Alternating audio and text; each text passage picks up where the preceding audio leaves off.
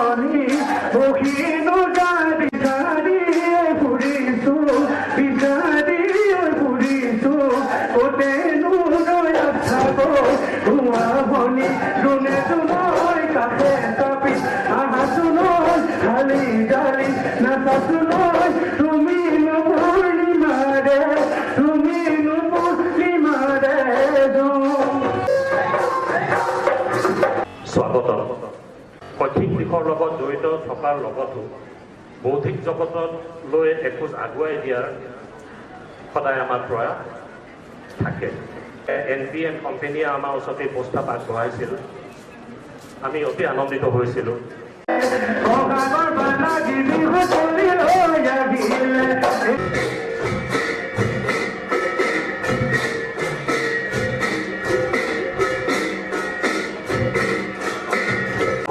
Youth আৱাজ প্ৰগ্ৰামৰ বিষয়ে আমি আলোচনা কৰিছিলোঁ আমাৰ টিমৰ মাজত। তেতিয়া বিভিন্ন ধৰণৰ প্ৰশ্ন আহি উঠিছিল যে কেনেকৈ আগবঢ়াবি কামটো বা কেনেকুৱাকৈ তহঁতে কৰিব বিচাৰিছ। সম্বৰ্ধনা পত্ৰ শ্ৰীযুত শংকৰ দাস, বিশিষ্ট বুদ্ধিজীৱী আৰু সুবক্তা, ঈদুল পাটগিৰি ফুটবল বলৰ ৰিংকু বৰুৱা মেডেল তেওঁলোকে লাভ কৰিছে, আমাৰ গহপুৰৰ গৌৰৱ। মোৰ লগত দিগন্ত আহিছে, দিগন্ত বিশ্ব শৰ্মা টিভিত হেৰিত দেখি থাকি বক্তা তেওঁহে, বক্তা মই নহয়। আৰু মই সেই কামৰূপীয়া হোৱাৰ কাৰণে অলপ আপাৰ আছামত মানুহবিলাকে সোধে আপুনি কি ক'লে, ভাষাটো অলপ বুজাত কঠিন। মই একো নকওঁ, মই জনাখিনি ৰাইজক জনাই ভাল পাওঁ, সেইকাৰণে কিছুমান কথা কওঁ। আৰু সেইকাৰণে নিজে ভাবিছে যে শংকৰদাক মাতিব লাগে, তো মই সেইকাৰণে আচলতে আপোনালোকৰ সন্মুখলৈ আহিছোঁ। আজি এণ্টাৰপ্ৰেনাৰশ্বিপৰ কথা বহুত ওলাই থাকে। আজি এই কাৰ্যক্ৰমটো মই ভাবিছোঁ এণ্টাৰপ্ৰেনাৰক প্ৰেৰণা দিয়াৰ কাৰণে। যিসকল গাঁৱে ভূঞে থকা আমাৰ ঘোষিকা বাইদেৱে কৈছে যে গাঁৱে ভূঞে থকা সোণ পুতলাৰ কাৰ্যক্ৰম, সঁচা এই কামটো আছিল আমাৰ জাতীয় অনুষ্ঠানত। এতিয়া মোৰ জাতীয় অনুষ্ঠান বুলি ক'বৰ কাৰণে লাজো লাগে আচলতে অসমীয়া হোৱাৰ কাৰণে। একোটা জাতিৰ 30-35টা জাতীয় সংগঠন মই পৃথিৱীৰ ক'তো দেখা নাই। আৰু যিবিলাক জাতীয় সংগঠনৰ যিটো কাম কৰিবলগীয়া আছিল কোনোবাই কৰিছোঁ বুলি ভবা নাই।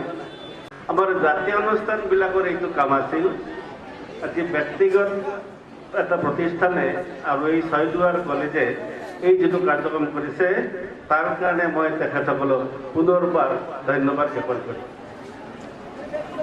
অধ্যক্ষ ছাৰে কৈছে যে ভাৰতবৰ্ষ যুৱ দেশ, যুৱকৰ দেশ।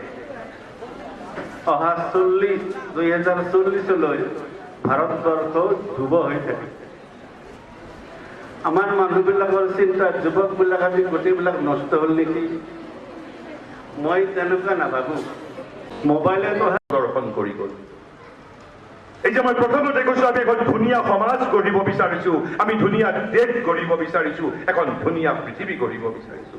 ধুনীয়া পৃথিৱী গঢ়াৰ অৰ্থ এখন ধুনীয়া দেশ গঢ়ি তোলা, ধুনীয়া দেশ গঢ়ি তোলাৰ অৰ্থ এখন ধুনীয়া সমাজ গঢ়ি তোলা, এখন ধুনীয়া সমাজ গঢ়ি তোলাৰ অৰ্থ মোৰ জীৱনটোক ধুনীয়া কৰি তোলা। কিন্তু জীৱনটোক ধুনীয়া কৰিব লাগিলে, পৃথিৱীক ধুনীয়া কৰিবলৈ কি কৰিব লাগিব? মই কোৱা নাই, ৰূপ কোঁৱৰে কৈ গৈছে, chemistry cannot make our world beautiful, mathematics cannot make our world beautiful, economics cannot make our world beautiful, only the transformation can only make world beautiful. ৰূপান্তৰেহে জগত ধুনীয়া কৰে। I have to change myself, I have to transform myself, I have to be reborn. মই নতুনকৈ জন্ম ল'বৰ বাবে পৃথিৱীত আহিছোঁ। মই মাৰ গৰ্ভৰ পৰা জন্ম লৈছোঁ in order to be reborn.